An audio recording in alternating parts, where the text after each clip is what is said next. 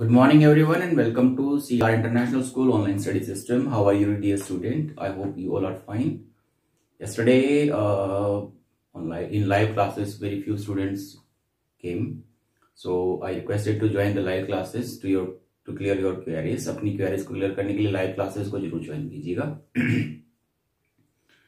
So we are studying about the outcomes of the democracy, and yesterday we talked about the democracy failed to remove the poverty. तो कल हमने जो discuss किया था वो ये देखा था कि डेमोक्रेटिक गवर्नमेंट जो है वो जो गैप है बिटवीन रिच एंड पुअर उसको फिल करने के लिए सक्षम नहीं है. तो इस पहलू पर आकर जो हमारी डेमोक्रेटिक गवर्नमेंट है वो फेल हो रही है, क्योंकि जो रिच पीपल हैं they are getting more rich and poor people are getting more poor. तो ये हमने कल डिस्कस किया था about the outcomes of the democracy, how the democracy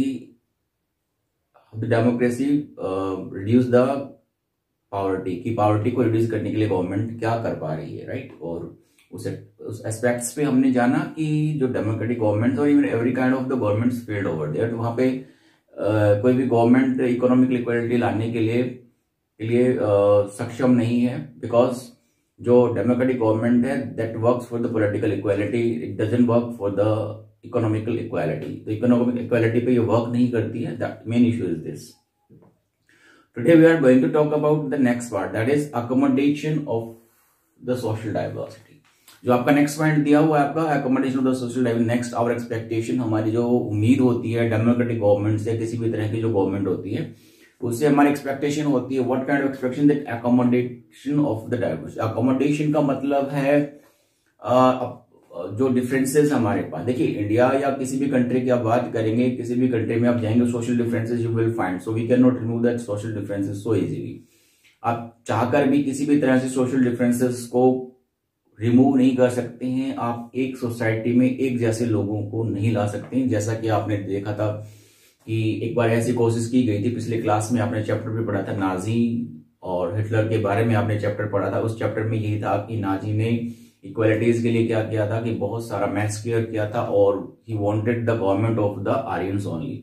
तो चाहता था कि जर्मनी के देश कौन सर्वाइव करेंगे, आर्यंस सर्वाइव करेंगे. और उसका रिजल्ट देख सकते हैं आप कितना वर्स हो सकता है. That we have gone through, उसको हमने अच्छे से पढ़ा था. ठीक है.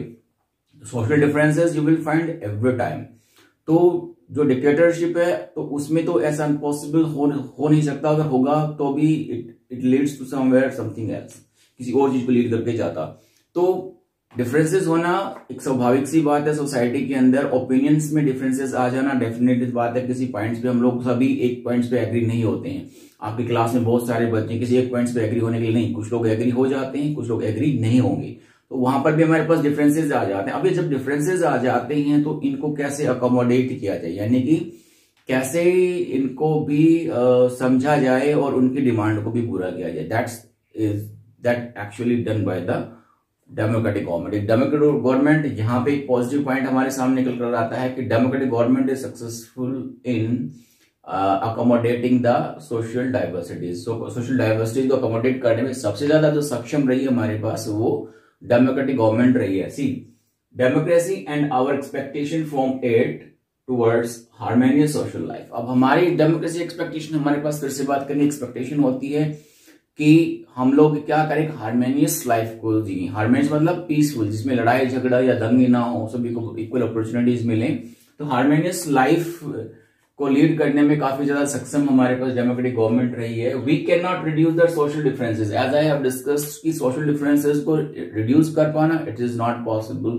ये किसी के थॉट्स में भी हो सकते हैं. जैसे सपोज करो हमें गेम खेलना, हम सब बोलते हैं चलो फुटबॉल गेम खेलते हैं, लेकिन किसी एक का मन फुटबॉल खेलने के लिए नहीं है, वो कहेगा नहीं मैं तो क्रिकेट खेलूंगा. सो यहाँ पे डिफरेंसेस आ गया. So this can be generate any time, ये कहीं पे भी जनरेट हो सकता है. और इसको कम करना दैट इज नॉट पॉसिबल, वो हमारे लिए पॉसिबल नहीं है. But we can accommodate them, लेकिन हम अकोमोडेट कर सकते हैं, मतलब उसको भी हाईलाइट में ला सकते हैं. कहते भाई चलो ठीक है फुटबॉल खेलते हैं, तो ऐसा करते हैं कि आधा घंटा हम लोग फुटबॉल खेलेंगे और आधा घंटा हम लोग क्रिकेट खेलते हैं. तो अकोमोडेट हो गया, क्रिकेट भी खेला जाएगा और फुटबॉल भी खेला जाएगा. इसी तरह से डेमोक्रेटिक गवर्नमेंट भी इसी तरह की कुछ रूल्स बनाती है जिससे लोगों की बात को रखा जा सके, right.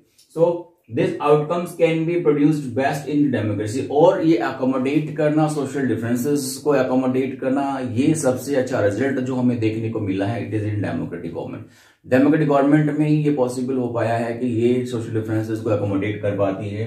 So democracy has the ability to handle social differences, divisions and the conflict. तो डेमोक्रेटिक गवर्नमेंट के एक पॉजिटिव पॉइंट हमारे सामने निकल रहा है, वो ये निकल रहा है कि लोगों के डिफरेंसेस होते हैं, आपस में जो कॉन्फ्लिक्ट्स होते हैं या फिर लोगों का जो डिवीजन है उसको हैंडल करने की जो कैपेबिलिटी है वो हमारी कौन सी गवर्नमेंट में है, डेमोक्रेटिक गवर्नमेंट के अंदर होती है। लेकिन हम ये बात ध्यान रखना है, but the example of the Sri Lanka remind us that the democracy must fulfil to conditions. लेकिन डेमोक्रेसी में जैसे हमने फर्स्ट चैप्टर पे हम जाते हैं, हमारे पास श्रीलंका में जो कॉन्फ्लिक्ट हुआ था सिनाला और आपका जो तमिल स्पीकर्स जो लोग थे उनके बीच में, राइट। तो ये हमारी एक बात को रिमाइंड कराता है, वो क्या हमारे पास टू जो कंडीशन होती है हमारे पास, वो कोई भी डेमोक्रेसी फुलफिल करती है तो बड़े आराम से सोशल डाइवर्सिटीज को क्या किया जा सकता है, अकोमोडेट किया जा सकता है। अगर किसी भी डेमोक्रेटिक गवर्नमेंट ने दो पॉइंट्स को नेग्लेक्ट करने की कोशिश की है तो फिर श्रीलंका जैसी सिचुएशन कहीं पर भी आ सकती है, वेदर इट इज इंडिया या फिर कोई दूसरी डेमोक्रेटिक कंट्री की बात कर लीजिए, तो वहां पर भी ऐसी सिचुएशन आ सकती है अगर 2 पॉइंट्स पे फोकस नहीं किया जाता है। तो what are the 2 points? First is that democracy is not simple rule by the majority opinion. Democracy का मतलब कि ये नहीं है कि सिंपल सिर्फ मेजॉरिटी के जो लोग कहते हैं वही रूल करेंगे, या ऐसा नहीं होना चाहिए सिर्फ जो मेजॉरिटी ने बोल दिया वो ठीक है, बाकी माइनॉरिटी के opinion should be matter. The majority always need to work with the minority. इसका मतलब ये हुआ कि मेजॉरिटी क्या चाहती दैट इज फाइन, लेकिन मेजॉरिटी के जो इनकी संख्या के अंदर जो लोग ज्यादा हैं उन्हीं का रूल हमेशा रहे, ऐसा नहीं होना चाहिए। उनको जो माइनॉरिटी के लोग हैं जो संख्या में अल्पसंख्यक है उनको भी साथ लेकर चले जाइए, उनकी ओपिनियन को भी मैटर करना चाहिए। So that government functions to represent general views, ताकि आपके जो मेजोरिटी में उनके भी व्यूज निकल कर आए और माइनॉरिटी है उनके भी व्यूज निकल कर आए, फिर दोनों को मिलाकर एक जनरल व्यू बना दें कि भाई दोनों के लिए ये बेटर रहेगा तो हम लोग ये कर लेते हैं। ठीक है, it provides the middle path. ये हमें क्या प्रोवाइड कराता है? मेजोरिटी और माइनॉरिटी को मिलाकर एक मिडिल पाथ हमें प्रोवाइड कराता है, जिससे कॉन्फ्लिक्ट होना पॉसिबल नहीं होता है, कॉन्फ्लिक्ट हमारे पास बढ़ जाते हैं। Majority and the minority opinions are not permanent. अब ये भी नहीं होना चाहिए कि सिंपली जो मेजोरिटी के अंदर है, यानी कि जो लोग मेजोरिटी के तो हमेशा मेजोरिटी में ही बने रहें, या जो लोग माइनॉरिटी में वो हमेशा माइनॉरिटी में बने रहें। मतलब ये हुआ कि मेजोरिटी भी माइनॉरिटी में आए, यानी कि गवर्नमेंट के जब हम बात करते हैं हमारे पास अलग अलग तरह के लोग वोटिंग करते हैं, तो उस समय हम लोग ये ध्यान रखें कि इस बार जिसने मेजोरिटी में आके गवर्नमेंट बनाई है तो हमारे पास ये चांस रहे कि अगली बार जो माइनॉरिटी में इस बार हार गए उनको भी मौका मिल जाए, तो वो माइनॉरिटी के लोग भी क्या होंगे, आपकी गवर्नमेंट बनाने में सक्षम हो पाएंगे। तो जब मेजोरिटी में आप लोग हैं तो अपनी गवर्नमेंट आप बना रहे हैं, लेकिन उसी समय ये प्रोविजन भी होना चाहिए कि ये जरूरी नहीं है कि जो आज मेजोरिटी में है वो हमेशा ही मेजोरिटी के अंदर रहेगा, नहीं। इसके साथ साथ जो माइनॉरिटी के लोग हैं वो भी क्या कर सकते हैं, आपका मेजोरिटी में आए। ऐसी पॉसिबिलिटीज हमारे डेमोक्रेसी के अंदर होती हैं, that because of the election, right. Second point क्या कहता है हमें? It is also necessary that rule by the majority does not become. देखिए हमारे जो डेमोक्रेटिक का एक मेन रूल है जिसको मिस इंटरप्रेट किया जाता है कि democracy means rule by the majority, यानी कि डेमोक्रेसी में ये बोला जाता है कि हम लोग अपनी डेली लाइफ में भी कई बार इस चीज को कर देते हैं, लागू कर लेते हैं कि भाई जो ज्यादा लोग कह रहे हैं वही हमारे पास होना चाहिए। लेकिन इस चीज को रॉन्ग इंटरप्रेट करके क्या, जो संख्या में ज्यादा हैं लोग वही जो बोलेंगे वही होना चाहिए। This is wrong interpretation of the rule by the majority. ये हमारे पास एक बहुत बड़ी चीज समझने के लिए है कि रूल बाय मेजोरिटी का मतलब ये है कि जो लोगों की ओपिनियन है वो चाहे किसी भी कास्ट, किसी भी कम्युनिटी, किसी भी जाति धर्म या किसी भी लिंग्विस्ट ग्रुप से भी बिलोंग करता हो, अगर उसकी ओपिनियन डिफरेंट है, राइट। फॉर एग्जांपल हम लोग ले सकते हैं कि सिखिज्म की अगर हम बात करते हैं, इंडिया में सिख जो कम्युनिटी है वो माइनॉरिटी के अंदर है, तो इसका मतलब लेकिन माइनॉरिटी में होने के बाद अगर किसी सिख ने बीजेपी की पार्टी को ज्वाइन किया हुआ है तो वो किस में आ गया? आज प्रेजेंट टाइम में तो वो मेजोरिटी के अंदर है तो सिखिज्म।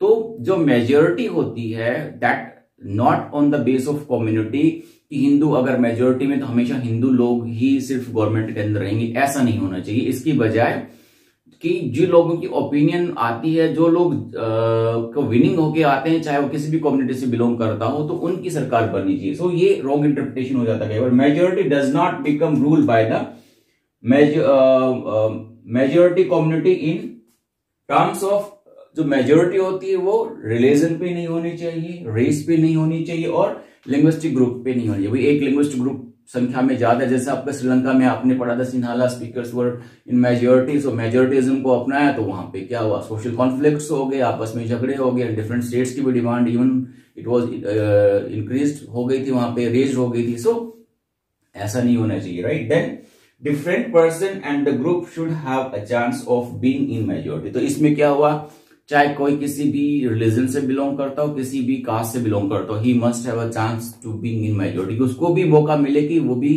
कभी मेजोरिटी के अंदर आए और वो भी अपनी सरकार को क्या करे, बनाए। तो ये हमारे पास है अकोमोडेट करना। तो इस केस में जो डेमोक्रेटिक गवर्नमेंट्स होती हैं, they are best to accommodate the diversity in a country.